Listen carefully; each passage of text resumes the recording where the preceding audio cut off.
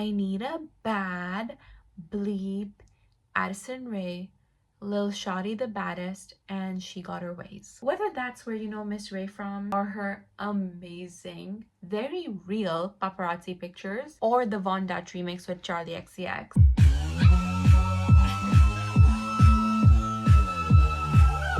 Which is a masterpiece in my opinion. In your dad's basement, I'm just living that life. She is certainly a culturally relevant celebrity right now, especially with the release of her debut album, Addison, a body of work that is entirely written, produced, and recorded by women. I mean, that just goes to show you how amazing something can be when men have nothing to do with it. The album explores certain themes like newfound fame, youth, the plight of being a young woman, and a lot of self-reflection. And it's something that every girl in her 20s or teens can relate to. And it has really strong producing, especially on songs like High Fashion in New York. It felt to me when I listened to it like it was something that should have already existed, and I already had a space carved out for it in music and in audiences too. Recently, I found myself stuck with her song Fame is a Gun in my head. It was just playing on a loop in my head, okay? I kept thinking about the lyrics. And I'm also tutoring a 9th grade child in English right now, so my English analysis brain is on. And I also did recently complete 3 years of business school and a bachelor's degree, only to decide that English is my real passion and to go back to study English. So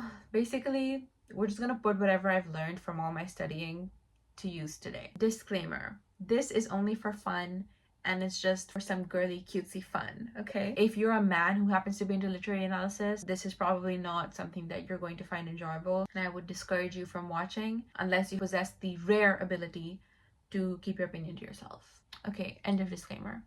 Let us begin. The song opens with this lyric: "Tell me who I am. Do I provoke you with my tone of innocence?"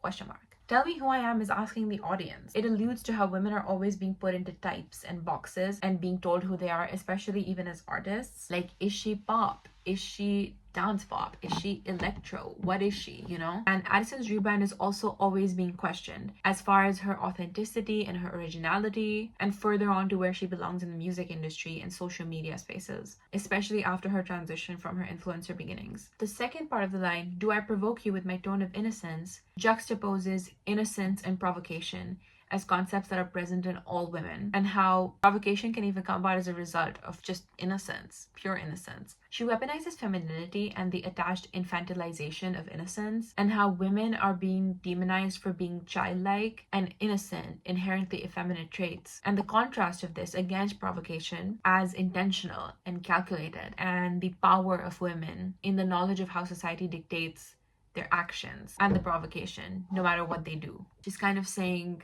oh, am I provoking you even though I'm being perfectly innocent? The next line is kind of simpler. It says, "Don't ask too many questions. This is my one suggestion." And this is her asking her audience in a raw, earnest tone to not rip apart the image that she's carefully cultivating with each single that she releases, and just to enjoy the art for what it is without questioning her authenticity and where she's coming from. You know, I keep it real. I live for the appeal. This is her being authentic and reasserting that her image and her reinvention is authentic to her and her identity as a performer. She has a knowledge of what sells and what works. You know, I keep it real. I live for the appeal. There's also a little inline rhyme scheme there. Knew it from the start. It was the only way to mend my broken heart. This goes into tones of reinvention as rebirth, and how everything is very planned and intentional. Nothing is a coincidence. And how her transformation into who she is now as an artist comes from a necessary transformation from a place of pain. Then she has the anaphora of, "Don't ask too many questions. This is my one confession." The anaphora of saying, "Don't ask too many questions," again and again, creates a very vulnerable defensiveness and a guardedness to her song, where Addison asserts her doubts. She's asking her audience to not question her. It's coming off as a confession, this raw realness. She's asking the audience to trust her as an artist and believe the transformation, be convinced in the transformation that she's had, enjoy the art for the sake of art without questioning its origins and reasons and authenticity. Hence why this is my one confession. She's also alluding to the age of the paparazzi and how media voyeurism is just insane recently, and this just points at how prying paparazzi's media in general is now, and how this is causing the death of the inner world to an artist, and as well the death of privacy. Then there's a little couplet. She says, "It never was enough. I always wanted more." I always wanted more. And this alludes to the ego death of her influencer lifestyle, a fame that is unfounded. It just kind of happens, and it's still based on her public image, as opposed to the fame that she's gaining now and what she's trying to transition the fame into, which is generated as a result of her authentic self and the art that she creates and how she displays her feelings in her art. The repetition creates this real emphasis of I always wanted more, and it really sets up the chorus, which is coming up. And the chorus goes, fame is a gun and I pointed blind. This is her using a metaphor for the contagious and accusatory and sharp nature of fame as a weapon. And it can't predict who it's gonna hit, and it doesn't choose systematically or fairly. It has the capacity to decimate and kill and destroy.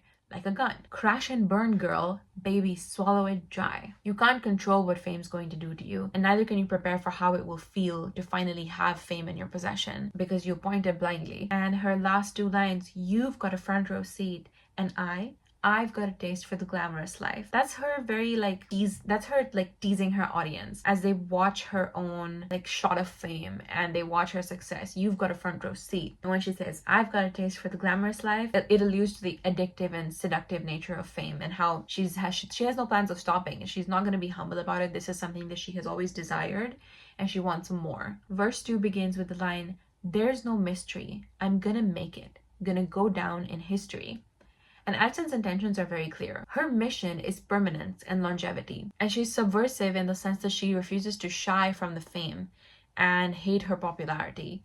She's hungry and she loves admiration and she wants more. And that's making this raw vulnerability come across in her lyrics. And then she repeats, don't ask too many questions. God gave me the permission. Again, she's asking her audience to not question her and to trust her and have faith in her vision, and how her work is a divine mission, her brashness and boldness, and she doesn't need permission and approval from anybody because she's got it from a higher power, and she refuses to be shy and subtle about it. And when you shame me, it makes me want it more. This is her communicating how disapproval and hate will not discourage her. She hungers to prove herself and excel more and reach new heights. And the shame only increases her want to prove those who misunderstood and mistreated her wrong. The last line before the next chorus says, it makes me want it more, more. And the repetition of more at the end of this line is this chanting feeling, more, more. It's sonically, it sounds very wanting, and it also emphasizes her desire. It makes me want it more, more, more. She's greedy. Then there's another chorus, but this chorus ends with the lyrics, love is a drug that I can't deny. And this is another metaphor. If fame is a gun, then love is a drug. Both metaphors are alluding to vices and danger. And she's wielding fame blindly, but she's also weak to the offerings of love and can't deny it to herself, whether it's from her fans or in her own life. Then she says, I'm your dream girl, but you're not my type. And this could be seen as a really cute line and kind of catty, but I read it as her kind of turning on the audience.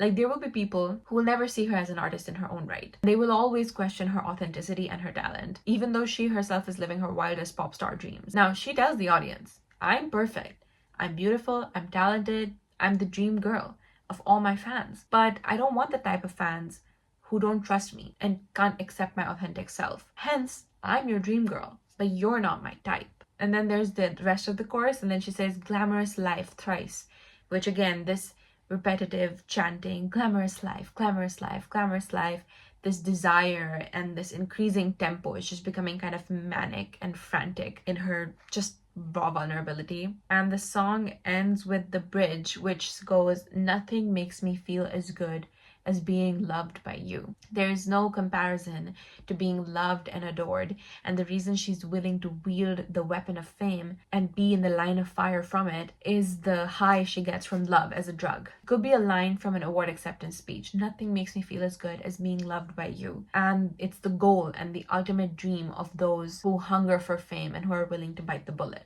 Now, the rhyme scheme is interesting because this song has couplets in the verses such as, don't ask too many questions, this is my one suggestion, which lends a very musical flow and a lyrical quality, which it's a song, not a poem, so it should. And the one-liners kind of stand on their own because of that, because everything doesn't rhyme perfectly. And verse lines also repeat, which create a greater emphasis, of course, but also makes the song sound more songy.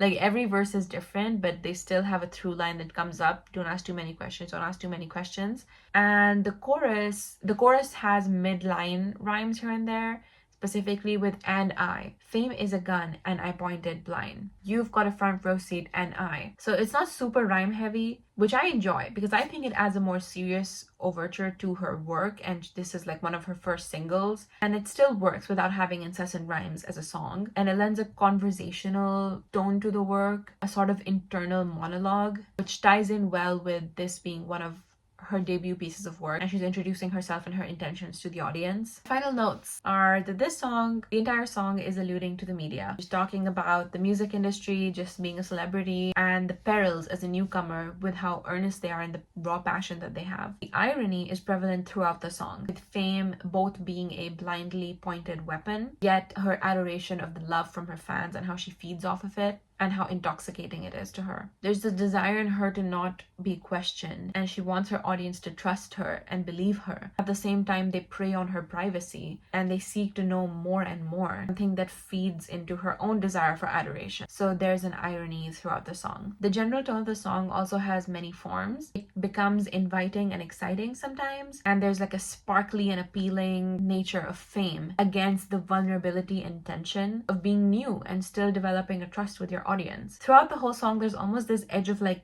bitterness, or maybe saying jaded is probably a better word, especially when communicating the audience's desire and perception against her own expectations of herself and the audience. That's all I have to share today, folks. I guess this is what happens when an English major gets a song stuck in their head, and they also happen to have a YouTube account, which nobody watches, hopefully. This was by no means serious or academic, just some light fun since I kept thinking about the song. I hope you enjoyed this, fellow literary nerds and Addison Rae fans. Racists? Okay, I'm gonna go listen to New York 3 times. Bye.